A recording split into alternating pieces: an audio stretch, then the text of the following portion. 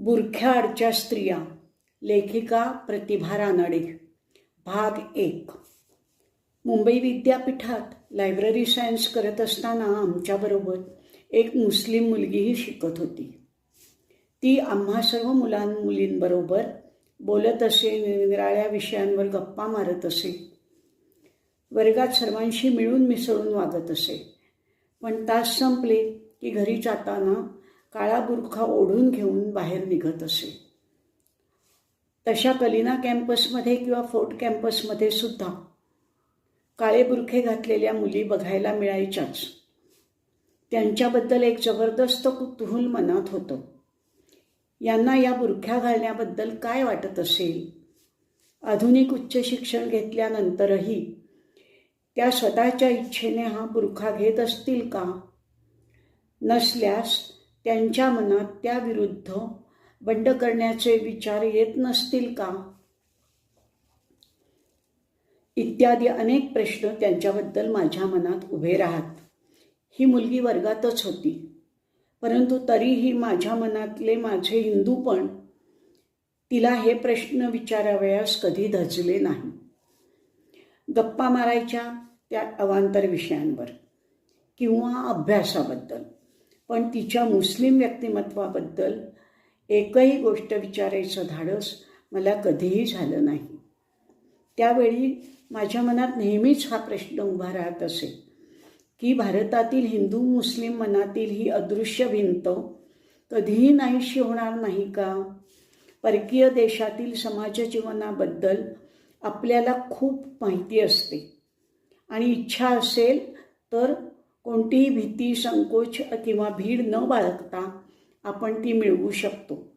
पण भारतातीलच एक समाज जो शेकडो वर्ष आमच्याबरोबर राहत आहे, त्याच्याबद्दल आम्हाला खरोखरच कितीशी माहिती आहे किंवा आम्ही वस्तुनिष्ठ स्वरूपात कितीशी माहिती करून घेऊ शकतो? जणू रशियन पोलादी पडद्यासारखा हा बुरखाही एक भक्कम पोलादी पडदाच आहे आणि आम्ही त्याच्या आत किंवा त्याच्या आतील माणसं त्याच्या बाहेर दृष्टिक्षेपही टाकू शकत नाहीत. परंतु नुकत्याच वाचनात आलेल्या श्री विद्या प्रकाशनच्या प्रतिभा रानडे यांनी लिहिलेल्या बुरख्याआडच्या स्त्रिया या पुस्तकाने जणू या बुरख्याच्या भिंतीला एक छोटीशी खिडकी करून दिली आहे असं वाटलं. श्रीमती रानडे यांनी फार मोठा कॅनव्हास या पुस्तकासाठी वापरला आहे.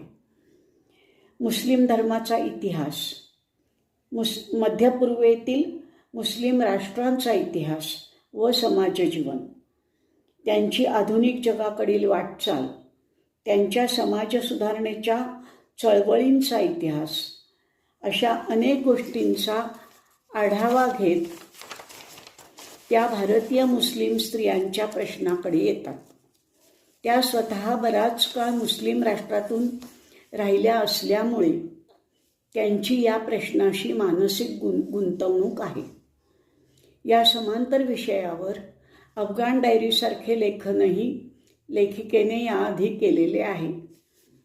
या पुस्तकात त्यांनी भारतातील मुस्लिम स्त्री आणि स्त्रीविषयक समाज सुधारणा यांच्याबद्दल आपले विचार व अभ्यास यांचा आलेख मांडला आहे आणि त्याला पार्श्वभूमी आहे ती मुंबईतील उच्च शिक्षण घेत असलेल्या काही मुस्लिम मुलींच्या मुलाखतींची.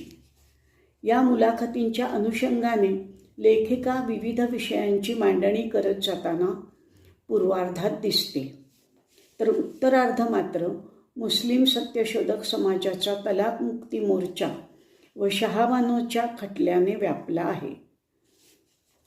अशा प्रकारचं लेखन मराठीतच काय, पण इतर भारतीय भाषात सुद्धा कितपत झालेलं असेल याविषयी शंकाच आहे. म्हणून या पुस्तकांचे अनेक दृष्टीने महत्त्व आहे. ऐतिहासिकदृष्ट्या, कारण यात भारतातील एका महत्त्वाच्या सामाजिक पर्वाचा धावता आढावा घेतला आहे. ते पर्व म्हणजे शहाबानो खटला व त्याच सुमारास निघालेला मुस्लिम सत्यशोधक समाजाचा तलाक मुक्ती मोर्चा यांचं.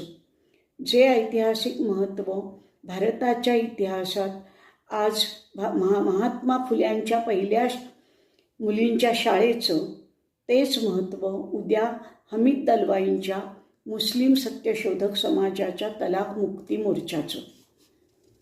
आणि मराठी मनाला आनंद देणारी व अभिमानास्पद गोष्ट म्हणजे या दोन्हींचा उगम महाराष्ट्रातच.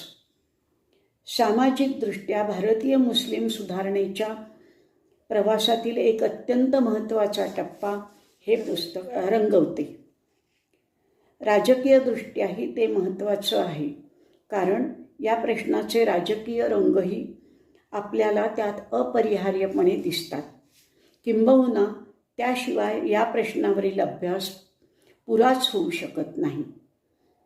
पण सर्वात महत्त्वाचं म्हणजे समाजशास्त्रीयदृष्ट्या एका समाजाच्या एका घटकाची स्वतःच्या मूलभूत हक्कांसाठी चाललेली ही लढाई समाजाच्या कोणकोणत्या अंगांना किती प्रकारे स्पर्श करते हे पाहणं फार धक्कादायक आणि अस्वस्थ करणारं आहे.